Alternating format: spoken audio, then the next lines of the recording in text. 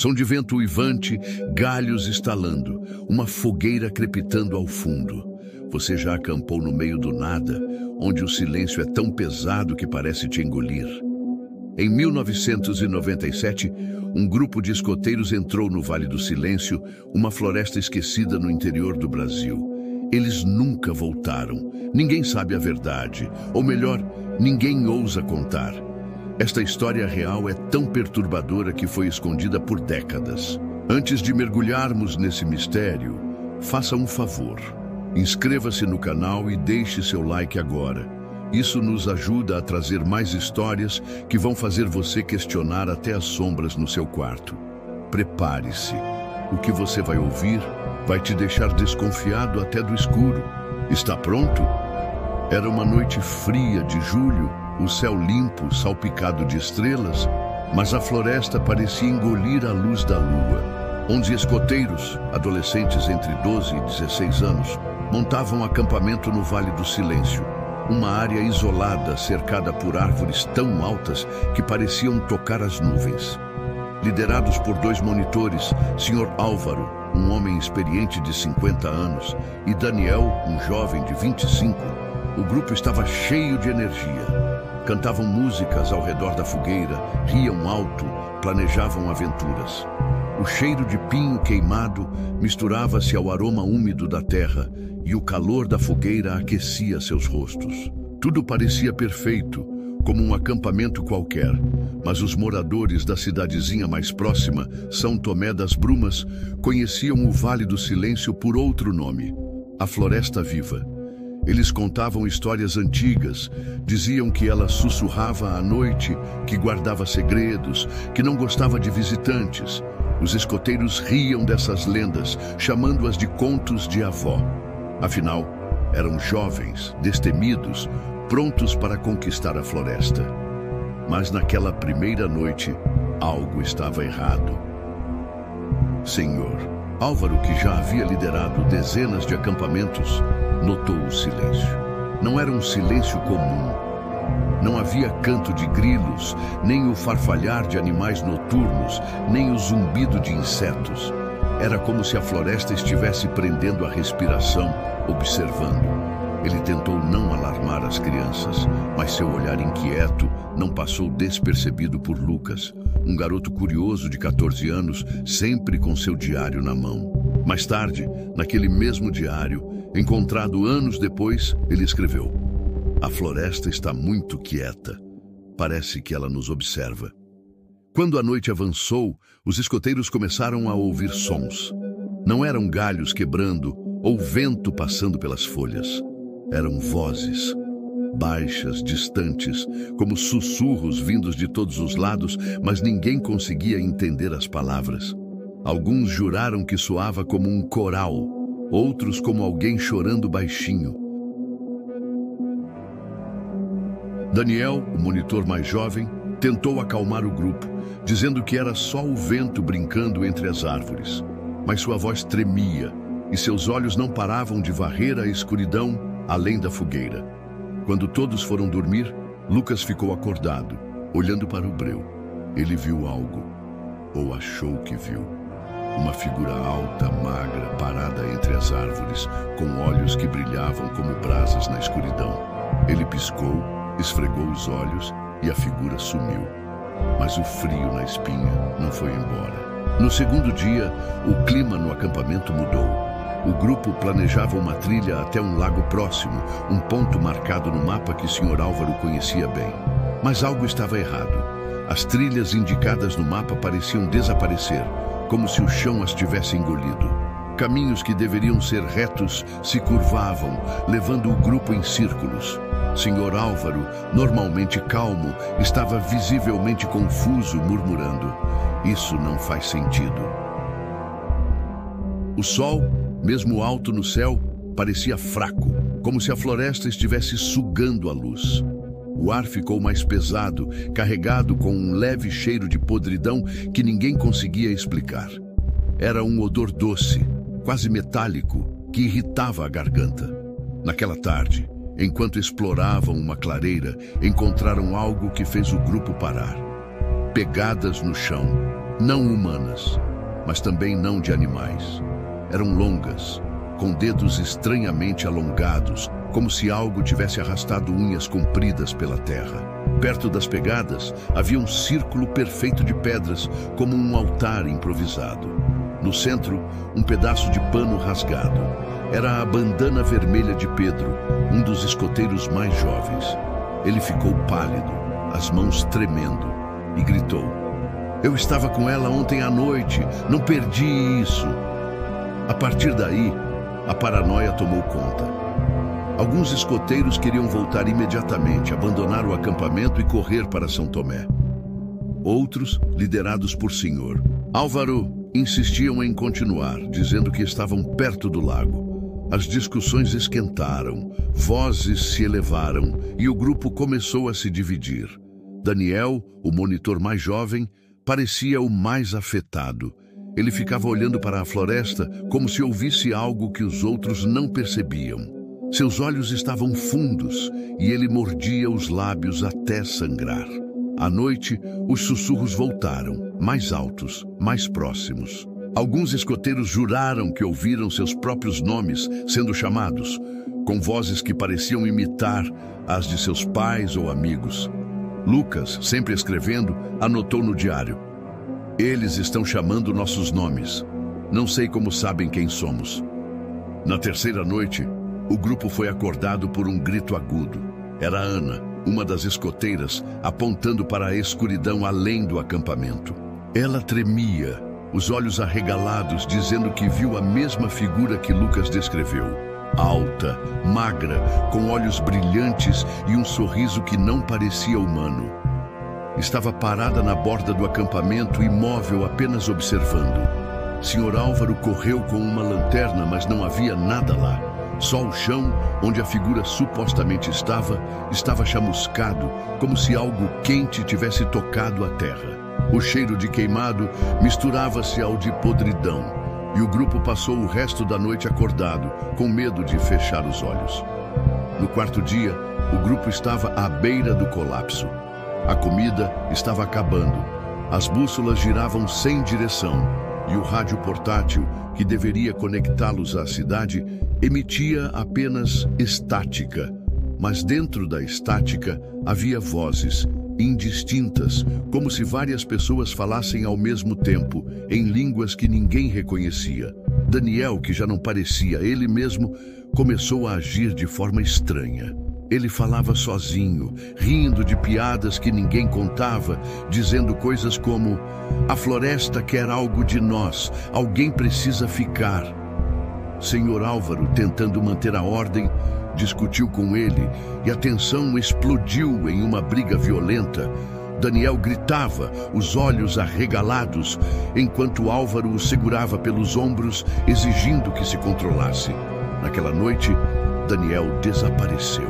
O grupo o procurou por horas, gritando seu nome, mas a floresta parecia engolir os sons. Encontraram apenas sua mochila, rasgada como se por garras, jogada em uma trilha. Dentro havia um pedaço de papel com um desenho tosco, feito a lápis. Uma figura alta, magra, com olhos brilhantes, cercada por mãos esticadas como se implorassem. No verso, escrito em letras trêmulas: "Eles estão dentro de nós agora." Na última noite registrada, o horror se intensificou. O grupo, agora com menos comida e sem Daniel, tentou descansar, mas ouviram passos pesados ao redor do acampamento. Não era o som de um animal. Era rítmico, deliberado, como se algo estivesse circulando, esperando o momento certo.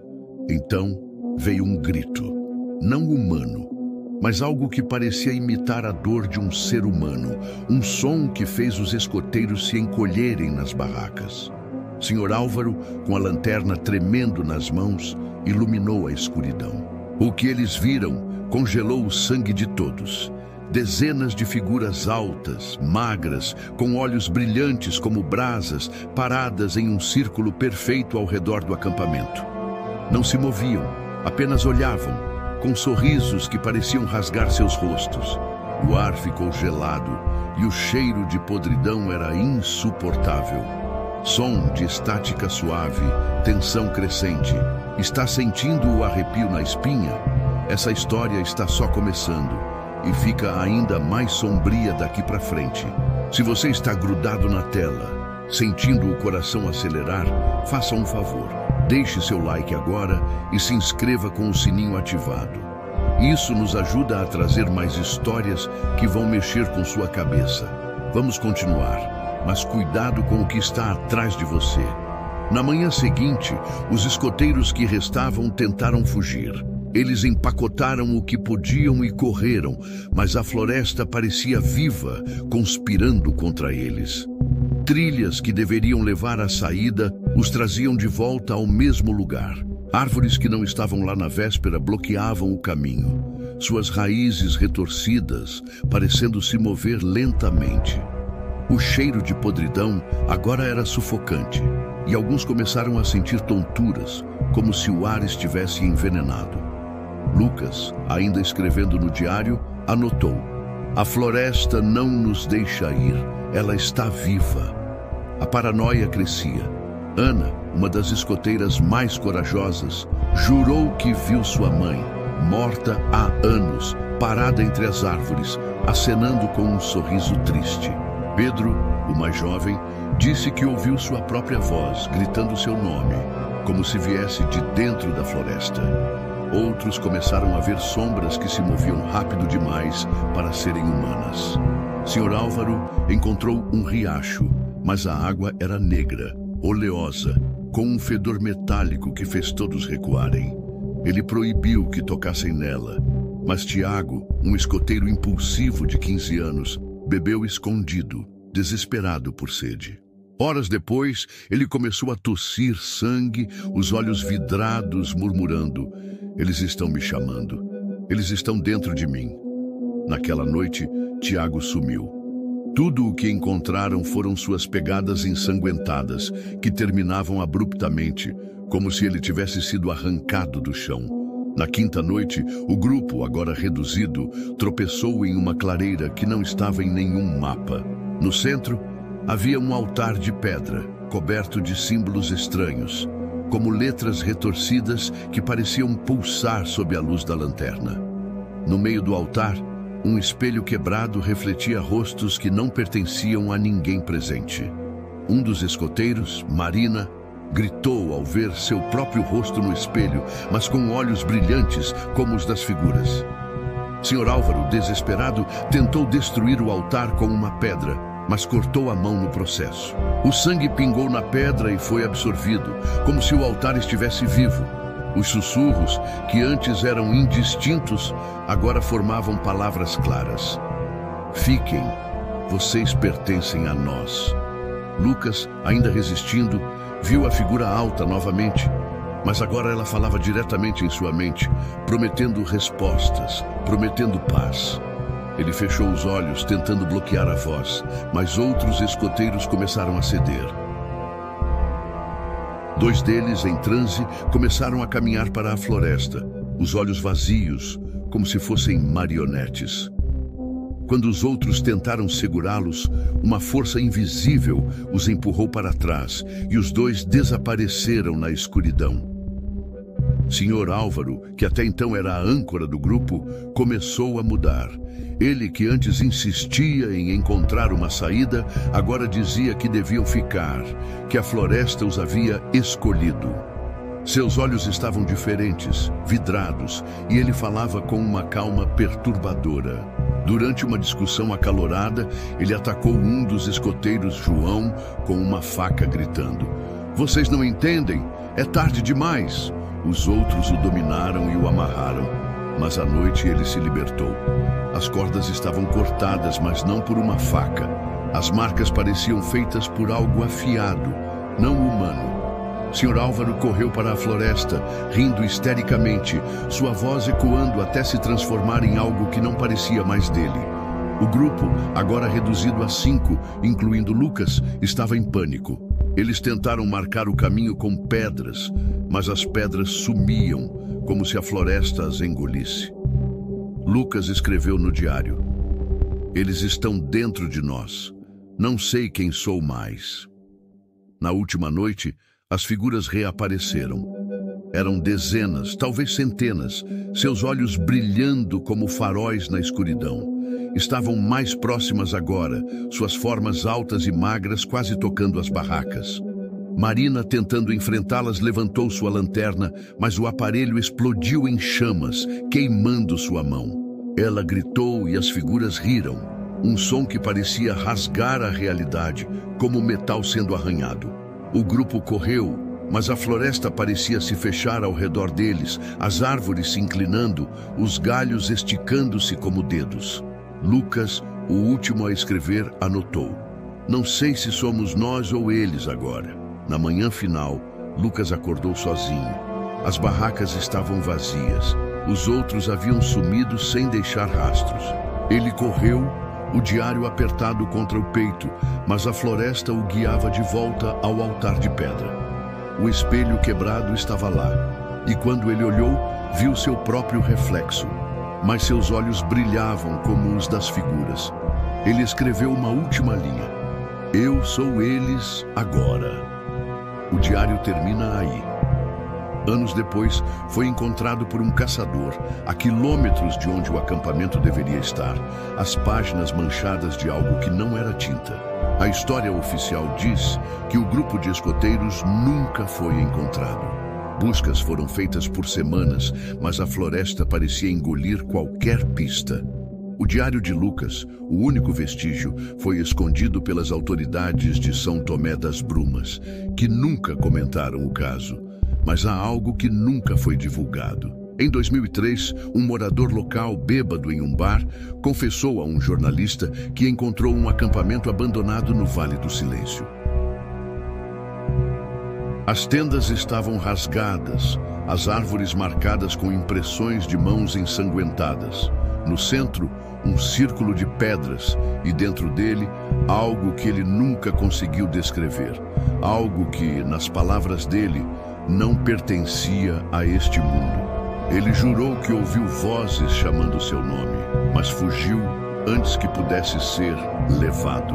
Em 2015, um vídeo amador apareceu na internet, rapidamente removido. Mostrava um grupo de hikers filmando a floresta à noite. No fundo, quase imperceptível, uma figura alta, magra, com olhos brilhantes, parada entre as árvores. A legenda do vídeo dizia: "Eles ainda estão lá." Som de estática, seguido por um silêncio profundo. Você acredita que isso é só uma história? Ou será que a floresta ainda guarda seus segredos? Deixe nos comentários. Você já sentiu algo te observando na escuridão? Já acampou e ouviu algo que não explica? E mais importante, tem certeza de que está sozinho agora? Se essa história te deixou com aquele frio na espinha, inscreva-se no canal, ative o sininho e deixe seu like para apoiar mais histórias que mexem com sua mente. Porque algumas verdades não deveriam ser contadas.